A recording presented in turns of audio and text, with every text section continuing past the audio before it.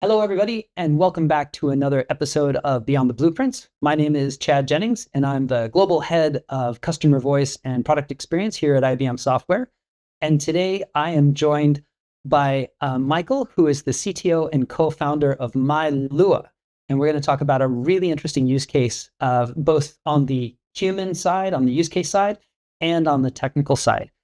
So Michael, welcome. Thanks for joining us. Thanks for having me, Chad. Happy to be here. Yeah, our pleasure.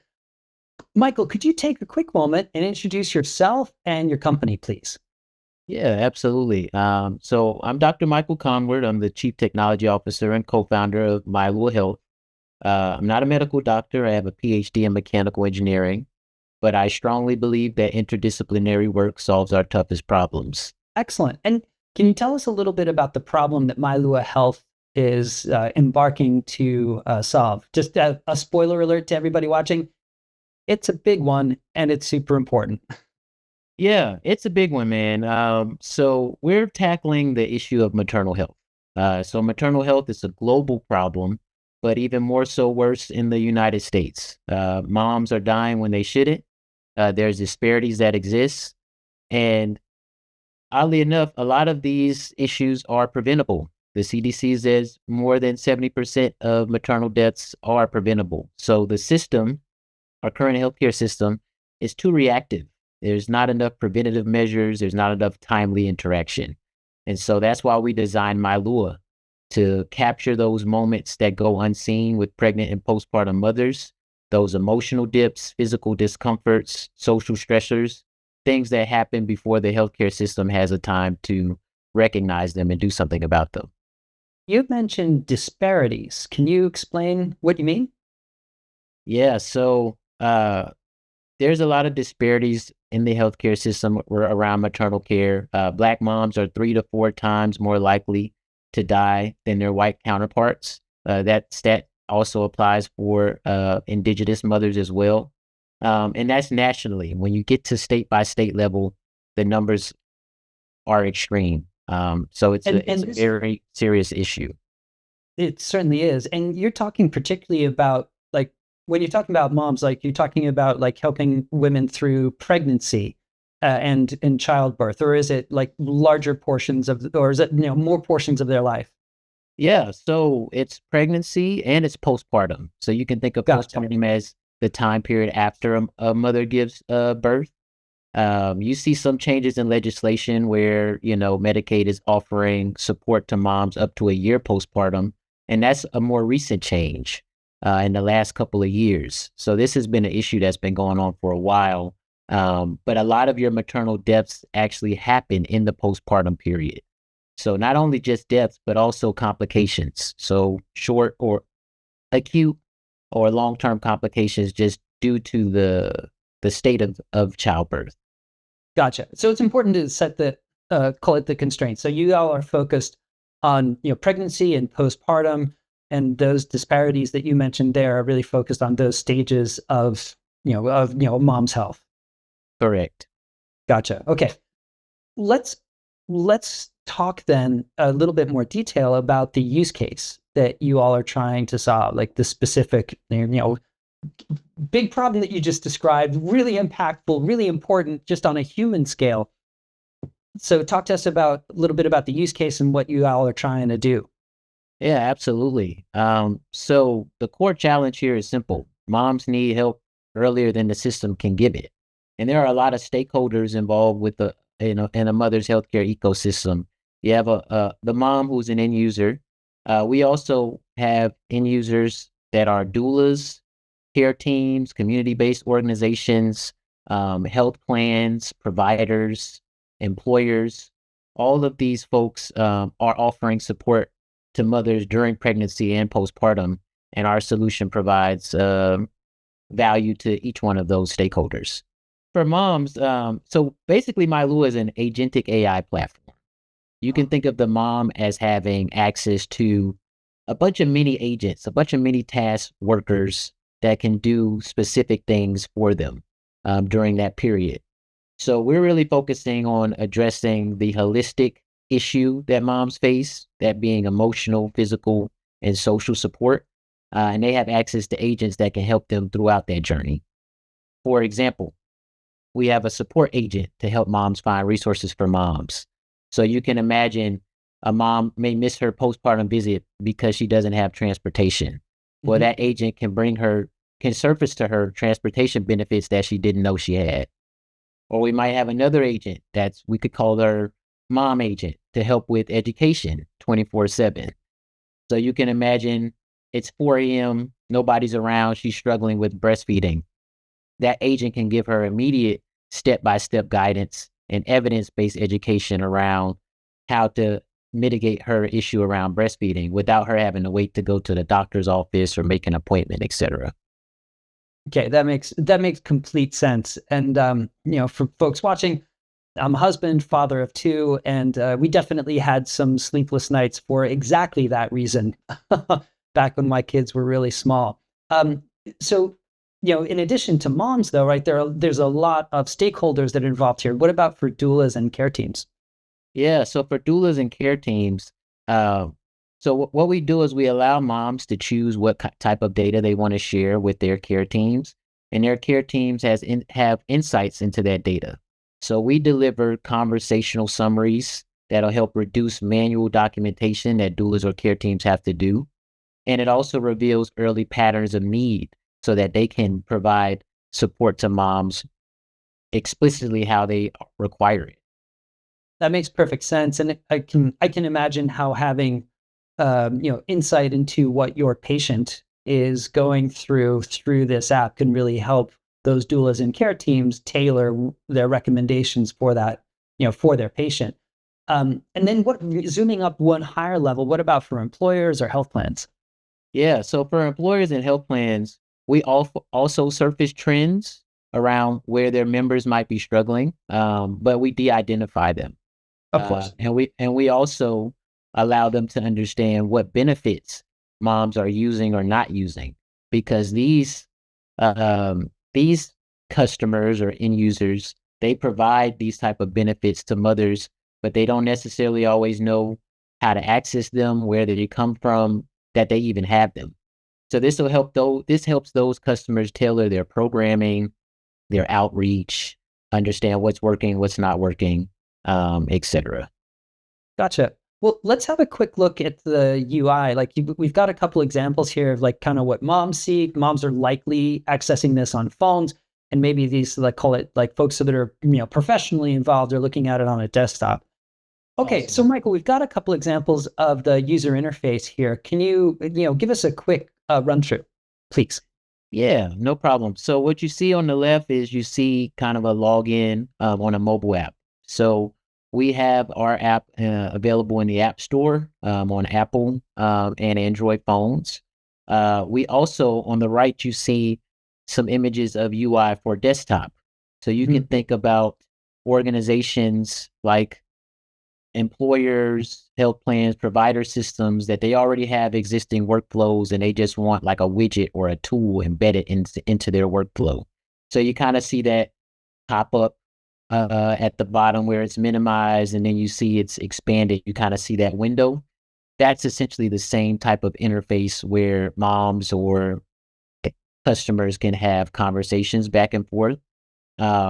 We may even want to embed this type of widget into messaging channels. You can think like Slack, Microsoft Teams, etc. So we really wanted to create an experience that was accessible by all means of typical access by the user, whether that be mobile, desktop, tablet, etc. No, it makes a ton of sense to meet your users where they are, as opposed to making them pick up another tool. Let's talk about the design requirements and the design principles that you use to create those, right?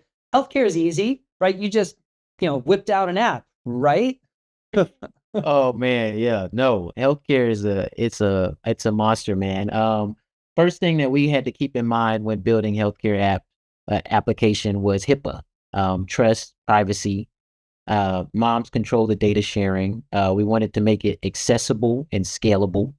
Have multi-tenancy because we have a lot of stakeholders in that care ecosystem. We wanted it to be predictive, but not diagnostics. diagnostic. We are a wellness tool, and we wanted it to be empathetic and personalized. So all key design principles for us. Gotcha. As we were prepping this, the personalization and like the empathy were really important. You could even tell from the design of those screenshots that you showed that like you're trying to provide comfort to people who are at an uncomfortable portion of their lives, or like maybe a lot of uncertainty. Can you just take a quick second and talk about like the emotionally and culturally attuned aspects of your design? Absolutely. And I can't take full credit for this, right? This is a big part of my CEO's brain here too. So when we think about personalization, emotional, culturally attunement, a lot of it is around the language that we use, the imagery that we use, the type of prompt engineering that we put into our agents in the way that they have conversation, the type of data that we collect. We're really trying to account for representation across multiple groups, even the multi-language functionality that we have in the app. Everything is directed towards accessibility, empathy, personalization, care during this high emotional state. And as we were talking about this and prepping it, you even described, some of the methodologies that you use to keep in mind. Like, look, you're not trying to produce healthcare recommendations, for somebody that's like, got an MD, right? These are for regular people. So like you make sure to communicate this in everyday language as opposed to technical jargon. I thought that was really, really clever and important. Let's dive into the tech of it. I'm going to put the architecture diagram up and let's have you walk us through it. So let's start at the top. So Yes, you can sir. see Let's do that. the client applications, right? You see the mobile, you see the desktop image, you see those kind of collaborators. Those are agents, right? So we have this agentic AI system, but users get to select their agent. So we have a front end UI where the user knows what to expect when they converse with the agent, as opposed to what folks might deem as standard orchestration. We're doing it a little different here for us. So let me ask a quick clarifying question. So, looking at the iconography at the top of the architecture diagram. So clearly, there's a mobile phone on the left, desktop on the right, and then call it that pink circle. Like that's the collection of agents. Correct. Okay, right. And then the agents get implemented with the boxes below. Okay, that makes sense. Great. Please continue. Right. So we have a fast API backend running on IBM Code Engine. Like we mentioned before, we're HIPAA compliant. So all the data is stored in Postgres and Redis. We have role-based consent. Users are tokenized, so AI never gets their PHI information. We also get to bring in personalized context. So information about them, what trimester they're in. These things kind of help us tailor what type of information we're providing, as well as risk.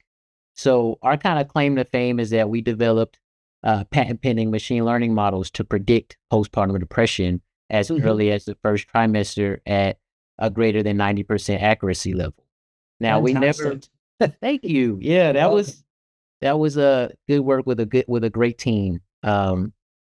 And we never reveal those risk scores to the users, to moms or their care teams, but it helps us understand critical risk factors related to depression and how we can support them in their time of need.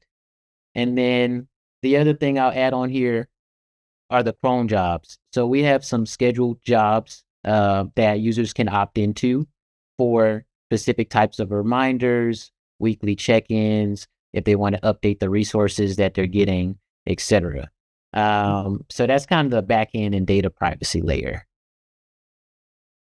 Okay, well, let's talk a little bit about the orchestration then. You've got a box here that describes the orchestration layer, but you also talked about how moms have control. So can you talk about like what the trade-off is between letting some of the automation orchestrate what goes on versus the control the moms exercise? I think that orchestration can be implemented in systems. We started out with a supervisor agent and a couple of other agents. and allowed it to try to decide which agent to invoke based off of the user's query.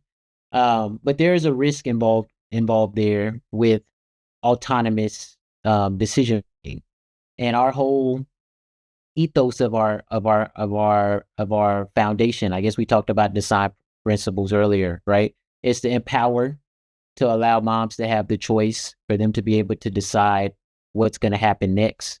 And so by allowing them to choose the agent in which they want to get a certain resource or a certain answer to, it helps, it keeps the decision-making power in their hands.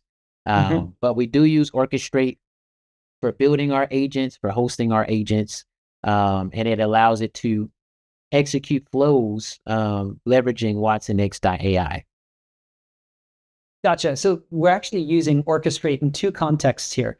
Context number one is the name of the product. So we use watsonx, or you use watsonx.orchestrate to execute some workflows. However, moms control the overall orchestration of their experience by selecting which agents they're going to interact with.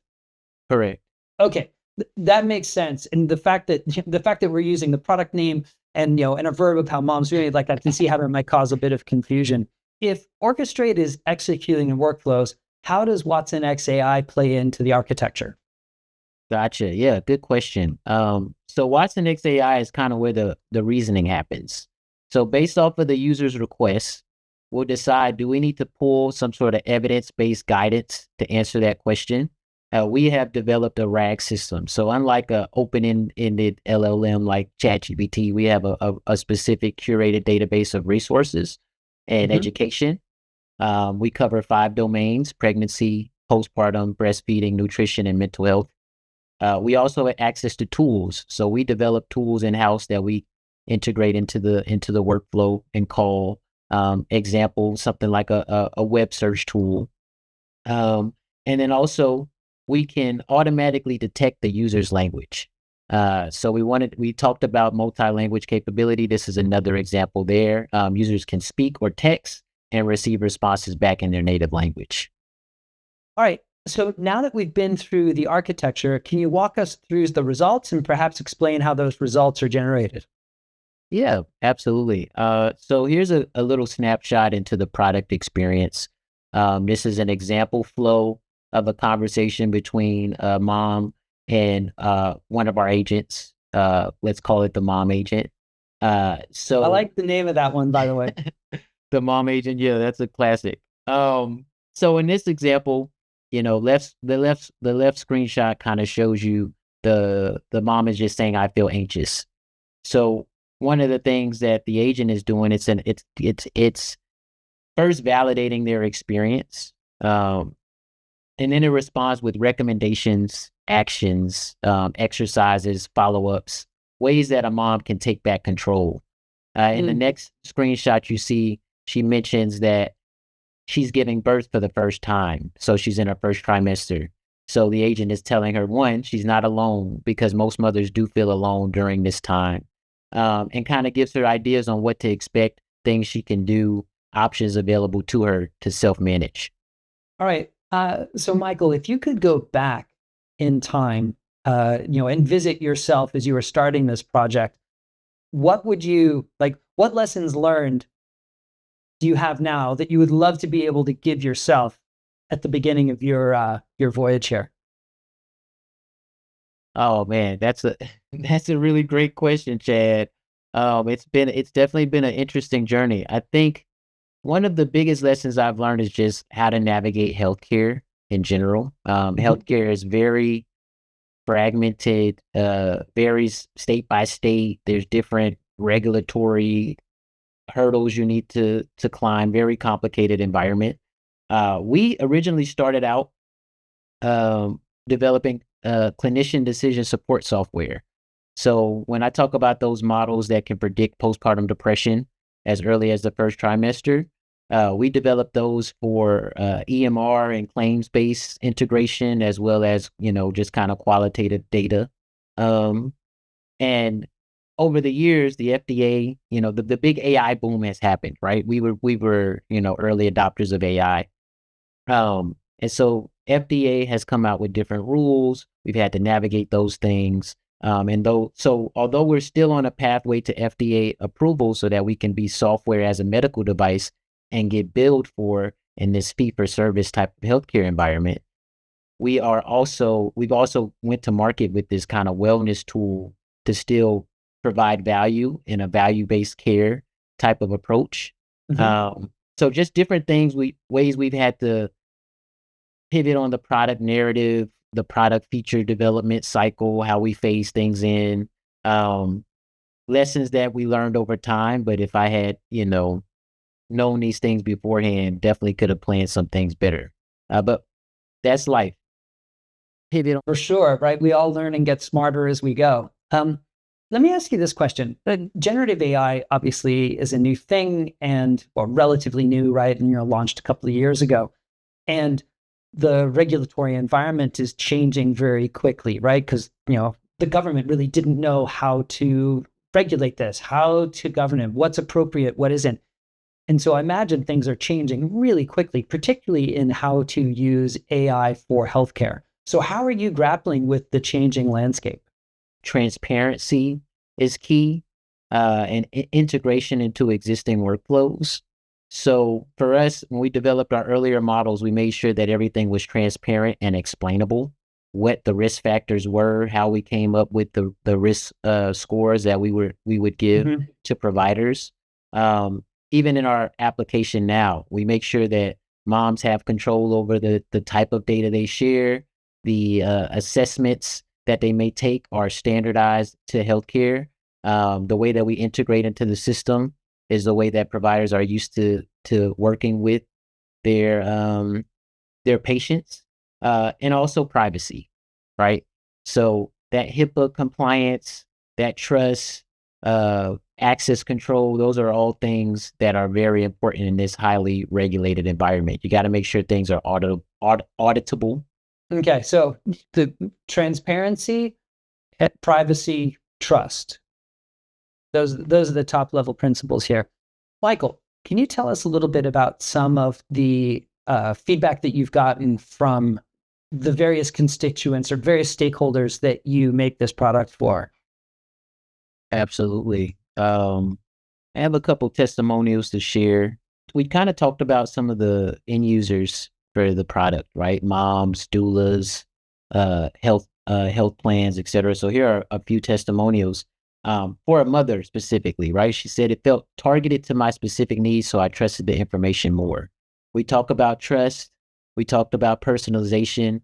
That's all critical things to help with the user experience. Doulas, they love the product. They think it's amazing. They love the team.